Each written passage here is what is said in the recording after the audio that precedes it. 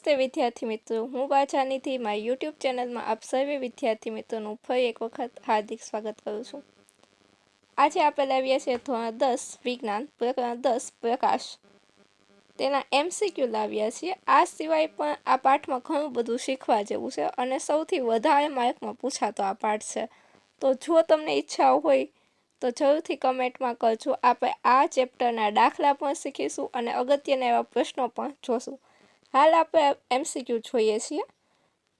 કોઈ વસ્તુનું વાસ્તવિક અને વસ્તુ જેવડું જ પ્રતિબિંબ મેળવવા માટે વસ્તુને બહિર્ગોળ લેન્સની સામે ક્યાં રાખવી જોઈએ। અહીંયા આપણને પ્રશ્ન પૂછ્યો છે, બહિર્ગોળ લેન્સની સામે ક્યાં રાખવી જોઈએ। પ્રશ્નનો મેઇન આપણે ખાસ જોવાનું છે। બહિર્ગોળ લેન્સ પૂછેલું છે એટલે આપણે ક્યાં રાખશું તો કે વક્રતા કેન્દ્ર 2F1 પર। આપણે જવાબ આવશે 2F1 પર। બહિર્ગોળ લેન્સની બદલે તમને અંતર્ગોળ અરીસો આપ્યો હોય તો આપણે વક્રતા કેન્દ્ર 2F1 પર નહીં પણ C પર રાખવું પડે। તો આપણને અને આ 2F1 પર રાખશું ત્યારે વસ્તુનું પ્રતિબિંબ કેવું મળશે તો કે વાસ્તવિક અને વસ્તુ જેવડું જ પ્રતિબિંબ આપણને મળશે।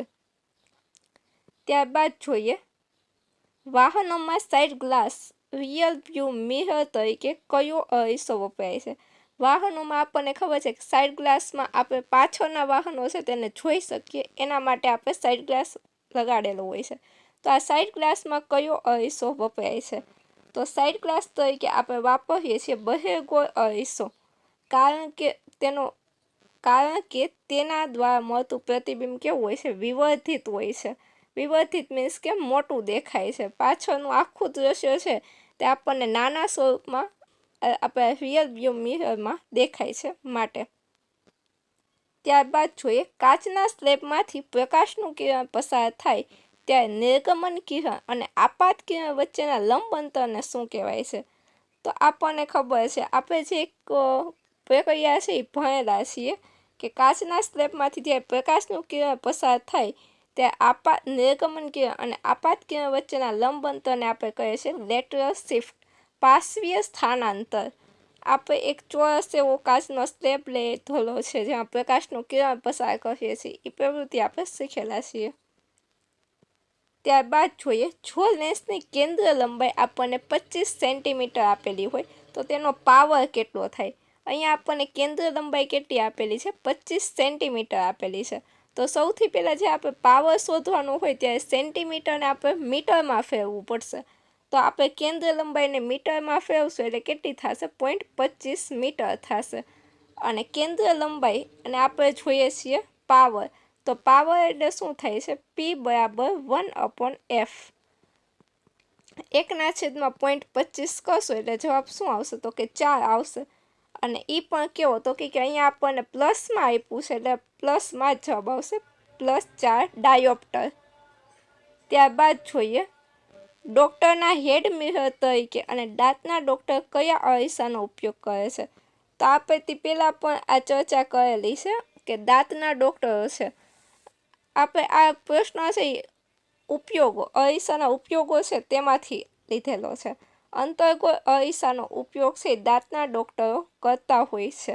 એવી રીતે જો તમને એવું પૂછે કે સાઇડ વ્યૂ મિરર, જેમાં આપણે પહેલાં જ વાત કરી કે સાઇડ વ્યૂ મિરરમાં બહિર્ગોળ અરીસો, અંતર્ગોળ અરીસો, હેડ મિરર તરીકે, ડૉક્ટરના હેડ મિરર તરીકે, તેમજ કોઈ પણ વાહનોની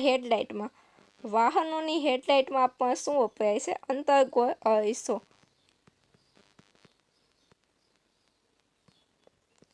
ત્યારબાદ જોઈએ અરીસાનું સૂત્ર નીચેનામાંથી કયું છે।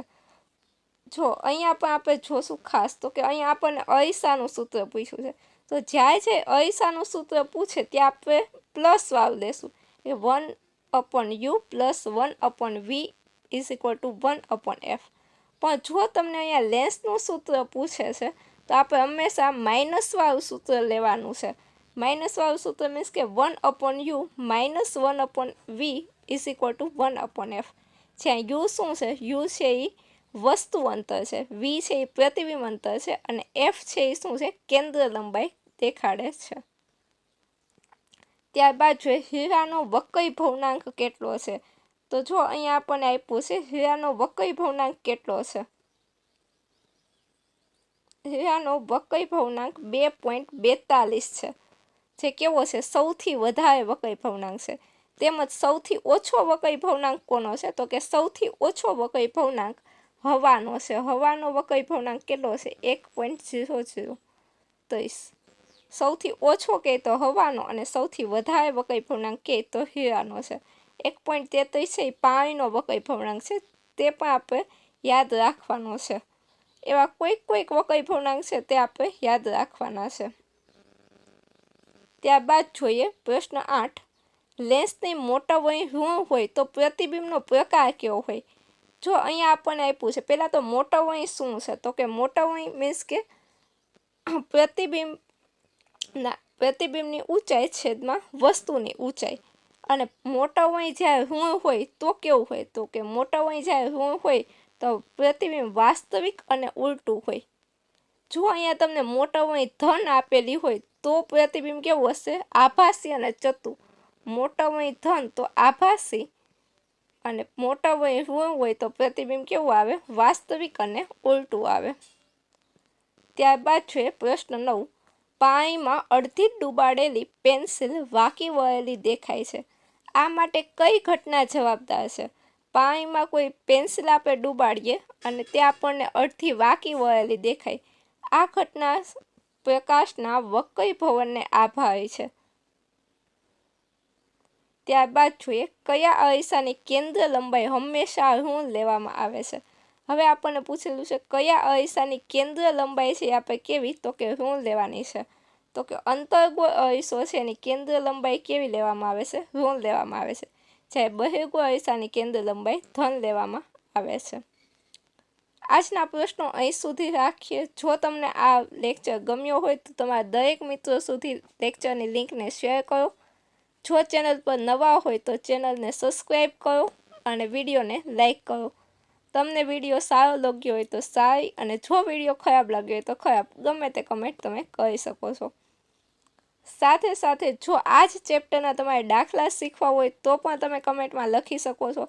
આપણે જરૂરથી આ લેક્ચરના દાખલાનો વિડીયો બનાવશું, કારણ કે આ ચેપ્ટર ખૂબ જ મહત્ત્વનું છે, વધારે ગુણ આપતું ચેપ્ટર છે. તો ખાસ આ ચેપ્ટરને વધારે જોજો, જેથી તમારી કોઈ પણ બાબત છે એ છૂટી ન જાય. આજનો લેક્ચર અહીં સુધી રાખીએ. Thank you so much.